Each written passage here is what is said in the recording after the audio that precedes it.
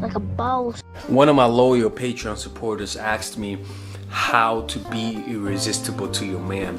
This is something that a lot of ladies are forgetting because they tend to be in their head. So if you struggle with keeping the guy, if you struggle with keeping his interest, if you struggle to make him see you as more than just a sex object, this is the video for you. All right, so let's begin this.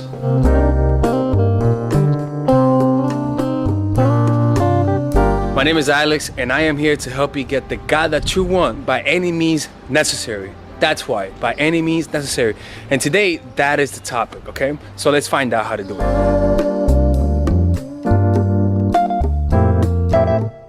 This is not in order, by the way, okay? This is not in order. The first thing you want to do is learn how to validate a man's masculinity. You see, I'll be honest with you, there's no emotion as addictive outside of love than a man's masculinity being validated. It's an emotion that pretty much is at the core as to why guys are attracted to women. Like, it helps them stand out.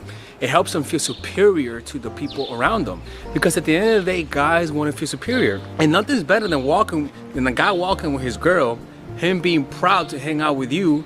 That feeling of walking with you, of other guys noticing you, and him having you, is sometimes enough for wherein if you pull away, he'll have a hard time getting over you, right?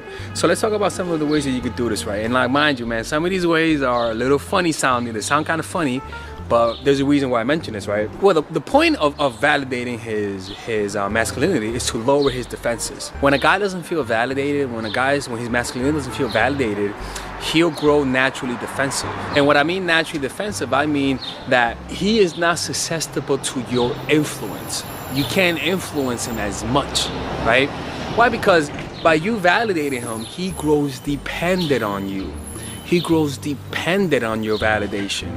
Just like you grow dependent on the guy's validation, which causes you to be more compliant to him, right? The first thing you want to do is validate people's intelligence. And so one of the ways that you could do that is faking little arguments in the beginning. Finding arguments that you could be wrong in. Other things that you could do is literally be with him and caress him and just in a way you want him to feel like you're completely into him. See what I'm saying?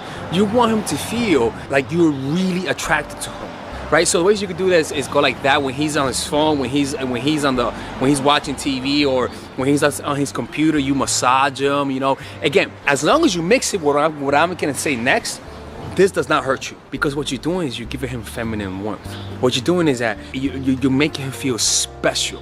And so by doing that, when you do the next thing that I'm gonna tell you, he's gonna miss that feminine warmth. Feminine warmth, guys like that kind of stuff.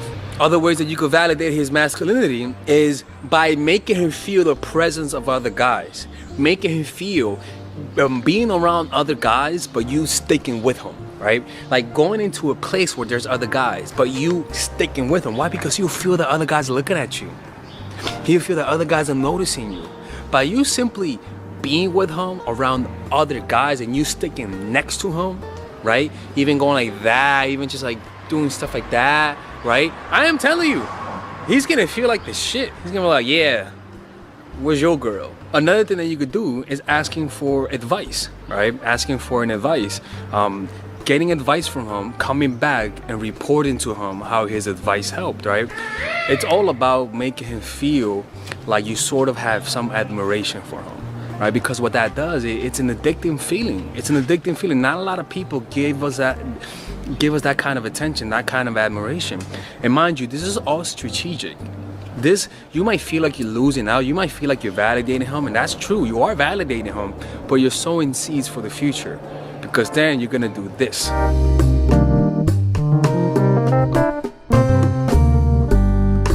After you created a sense of stability, you make him feel like he has you. You want him to brag to his friend, like, yo, I got this girl in my bag. You know, I like this chick. This chick likes me back, man. Yo, she's texting me, man. Look at the way she treats me, man. I'm like her king. Then I want you to apply being unpredictable, because the unpredictability is what's gonna make you extra spicy. The unpredictability is what makes him be on his heels. The unpredictability is what makes him anticipate Are you gonna be there or are you not? I'm not saying to play games. I mean that being unpredictable is a natural part of being a human, right? What you don't want to do is be predictable, because as soon as people can predict you, as soon as a guy knows what you're gonna do next, he loses all respect for you. He loses all respect for you, right? So let me show you some of the ways to be unpredictable, right? It's a simple thing to blend your feminine qualities with your masculine quality. And you could do this as an exercise, right? Because naturally you have one way of acting. We want to mix up something different. So if you're naturally somebody who doesn't talk that much, talk a little bit more one day. If you're naturally somebody who gets defensive, usually get on the offensive. If you're naturally somebody who responds fast over text, respond a little slower. If you're naturally somebody who's argumentative, be a little bit more quiet. And just go the opposite direction of your nature. Other things that you could do is stop doing the things that I told you to do. Not completely code, but you just tone it down a bit, right? You tone it down a bit. You become a little harder to reach, right? You become a little bit harder to read. So in the past, you were looking at him, you were giving him your feminine warmth, but now you're doing the complete opposite, right? The fuck? Birds are fighting? Niggas eating in front of a church, man.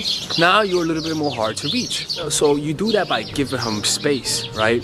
Now, you plant the seed in the beginning. You want to plant the seed in the beginning. What I say in the beginning, I mean that when you were acting all warm, you want to say, hey man, next few weeks I'm gonna be a little busy. It's gonna be a little hard. I'm gonna be busy with work. Like, you let him know what's about to happen in the future. You let him know that you're gonna have a rough few weeks, right? Once you let him know that, I even talked about this in the last video, right? Once you do that, then you have space to do that kind of stuff, right? And then you suddenly become available. Right? You make him feel like, yo, man, she's always busy, and then you're suddenly free one day. That unpredictability is what makes a guy anxious. What you want a guy to feel is that he is not your number one priority. You make him feel like he's your number one priority through your affection, through your feminine warmth, through you validating his masculinity. And then you take that away through him feeling that you don't make time for him, right? It takes a lot of discipline to do this, because if you like the guy, you're gonna want to move things around for him, right? You don't want to do that. You want to have a clear, strict schedule that you abide by no matter what day comes to you, right? So that means is that you want to have a few things ready. One, you want to have something that you do with other people that self-soothes you, right? That could be yoga, that could be jiu-jitsu, that could be anything that self-soothes you, right? You want to have one activity that does that, okay? And make sure that's with other people, particularly other men, because you want him to feel the presence of other guys in your life. After that, the next thing you want to do is have something fun that you don't do with home. If you have homegirls, go out with your homegirls once a week, right? But make sure that when you go out, you dress up nice. Make sure that when you go out, you have this the transformation. And if he doesn't live with you, you take a photo. And if he lives with you, you make sure that he sees it. And you don't invite him. When you're going out with your girlfriend, you don't invite him. In fact, as long as you guys don't cheat on each other, you let him know that there are things that you like to do on your own. You let him know that there are things that you want to do, that you got to do, and he cannot be there. As long as you have no history of cheating, as long as, as long as there's trust, you can let him know that you like that kind of boundary. That offends a guy, but it doesn't make that doesn't make him lose interest. That just offends him. It hurts his ego. Why doesn't this girl want me to be in her life? Why doesn't this girl want me to do the things with her, right?